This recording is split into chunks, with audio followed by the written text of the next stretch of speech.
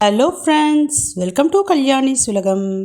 உங்கள் குழந்தைங்களாகட்டும், உங்கள் வீட்டுக்காரராகட்டும், சுண்டக்காவை குழம்புல போட்டால் எடுத்து எடுத்து வச்சிடுறாங்க, சாப்பிடவே மாட்டேங்கிறாங்க. அப்படி தானே?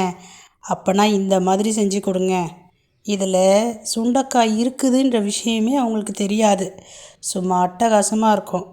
சுண்டக்காய் வச்சு துவையல் செய்யலாமா? வாங்க செய்யலாம். அதுக்கு முன்னாடி நம்ம சேனலை இன்னும் சப்ஸ்கிரைப் பண்ணலைன்னா சப்ஸ்கிரைப் பண்ணிக்கோங்க. பெல் பட்டன் இருக்கும், அதை ப்ரெஸ் பண்ணி அதில் ஆல் ஆப்ஷனை கிளிக் பண்ணிக்கிங்க. மறக்காமல் லைக் அண்ட் ஷேர் பண்ணி நம்ம சேனலுக்கு சப்போர்ட் பண்ணுங்கள். சுண்டைக்காவை எடுத்து கழுவி ஒன்றும் பாதியமாக நசுக்கி எடுத்துக்கோங்க. இப்போ ஸ்டவ் ஆன் பண்ணி கடாய் வச்சு கொஞ்சம் நல்லா தாராளமாக நல்லெண்ணெயை விட்டு அதில் இந்த சுண்டைக்காவை நல்லா வதக்கிக்கணுங்க. எந்த அளவுக்கு வதங்கணும் அப்படின்றத நான் வீடியோவில் காமிக்கிறேன் பாருங்கள். அதனுடைய பச்சை நிறம் முழுமையாக மாறி இருக்கணும். இந்த அளவுக்கு மேலே இப்போ பார்த்திங்கன்னா தெரியும். அதனுடைய தோல் பார்த்திங்கன்னா கொஞ்சம் வெளுத்தா மாதிரியும் எண்ணெயில் வதங்கி சுருங்கியும் இருக்கும். அதனுடைய விதைகள் பார்த்திங்கன்னா நல்ல ஒரு ப்ரௌன் கலராக சேஞ்ச் ஆகிருக்கும். இந்த அளவுக்கு வதக்கி எடுத்துக்கோங்க. வதக்கிற ப்ராசஸ் ரொம்ப ரொம்ப இம்பார்ட்டன்ட். இப்போ அதை தனியாக நம்ம ஒரு பிளேட்டுக்கு மாற்றிட்டோம். பெருங்காயம் சேர்த்துக்கோங்க. 1 ஸ்பூன் கடலைப்பருப்பு, 1 ஸ்பூன் உளுத்தம்பருப்பு சேர்த்துக்குங்க. இதனுடைய கலர் ஓரளவுக்கு சிவந்து வரணும்.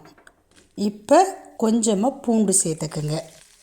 கூடவே இஞ்சி சேர்த்துக்குங்க. பூண்டு கொஞ்சம் தூக்கலாகவும் இஞ்சி கொஞ்சம் கம்மியாகவும் சேர்த்துக்குங்க. இப்போ இதையும் நம்ம வேறு பிளேட்டுக்கு மாற்றிக்கலாம்.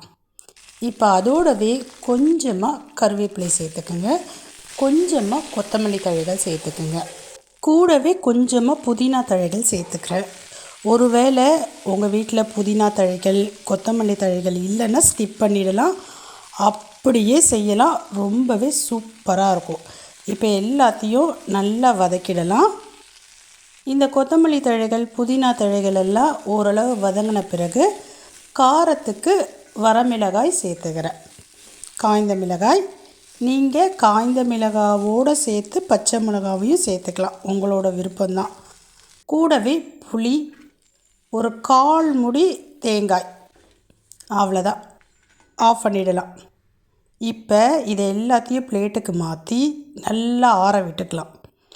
ஆறின பிறகு மிக்ஸி ஜாரில் நம்ம இப்போ சேர்த்துட்டு கூடவே கல்லுப்பு, தேவையான அளவு கல்லுப்பு சேர்த்து நல்லா அரைச்சிக்கலாம்.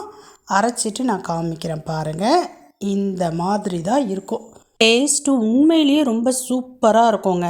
நீங்கள் சுண்டைக்காய் போட்டிருக்கீங்கன்னு சொன்னீங்கன்னா கூட உங்கள் வீட்டில் இருக்கவங்க நம்ப மாட்டாங்க. துளி அளவு கூட கசப்பே இருக்காது. அப்படியே சுட சுட சோறில் இந்த துவையல் போட்டு நல்லெண்ணெய் போட்டு சாப்பிட்டிங்கன்னா சூப்பராக இருக்கும்.